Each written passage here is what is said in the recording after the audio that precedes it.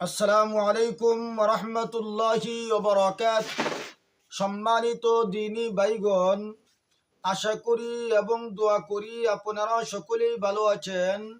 আপনাদের দোয়াই আল্লাহ পাকের রহমতে হুজুর পাক সাল্লাল্লাহু আলাইহি ওয়াসাল্লামের ফয়েজ ও বরকতে আমিও ভালো আছি। আজকে আমি আপনাদেরকে এমন একটি গুরুত্বপূর্ণ আমল দিব, যে আমলটি সুলাইমান আলাইহিস সালাতু ওয়াস সালাম এবং দাউদ আলাইহিস সালাতু ওয়াস সালাম উনাদের টুপির মধ্যে লেখা ছিল। যে নকশাটি লেখা ছিল, এই নকশাটি আপনাদের সামনে তুলে ধরব। আসলে বিষয়টা হলো খুবই গুরুত্বপূর্ণ। সুলাইমান আলাইহিস সালাতু ওয়াস সালাম সমস্ত প্রাণীদের কথা বুঝতেন, সমস্ত প্রাণীদের উপর রাজত্ব করতেন।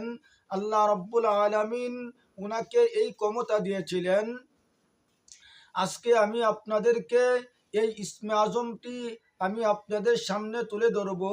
যারা মুদাব্বিরি কাজ করেন তাদের টুপিতে অথবা ডান হাতে ব্যবহার করবেন, এই নকশাটি লিখে রাখবেন।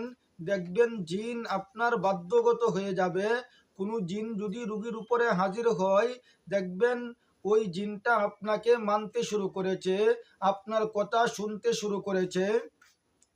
তাহলে আপনারা কি করবেন, এই নকশাটি আপনারা টুপিতে অথবা আপনাদের ডান হাতে ব্যবহার করবেন। দেখবেন তারপরে এর রেজাল্টটা দিবেন। আমি এই তদবিরটি বয়ান করতেছি।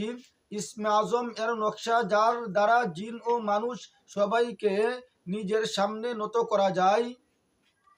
একটা রেফারেন্স দিয়েছেন ইমাম গাজ্জালি রহমতুল্লাহ আলাইহি, বলেন এই ইসমে আজম এর নকশা হজরতে সুলাইমান বিন দাউদ আলাইহিস সালাতু ওয়াস সালামের টুপিতে লেখা ছিল। যে ব্যক্তি এটা লেখে ডান হাতে বা পাগড়ির সাথে ব্যবহার করবে, তার কাছে সমস্ত জিন ও মানুষ নত হয়ে যাবে। এই রূপ ইসমে আজম এর নকশা আর দুনিয়ার মধ্যে পাওয়া যায় না, আর পাওয়া যাবেও না। আপনারা এই নকশাটি আপনাদের ডান হাতে অথবা আপনাদের টুপির মধ্যে আপনারা লিখে রাখবেন। ইনশাআল্লাহুল আজিজ আপনার কাছে মানুষ অথবা জিন বাধ্যগত হয়ে যাবে। আল্লাহ রব্বুল আলামিন আমাদেরকে বোঝার তৌফিক দান করুন। আমিন ওয়া আখির দাওয়ানা আনিল হামদুলিল্লাহি রাব্বিল আলামিন।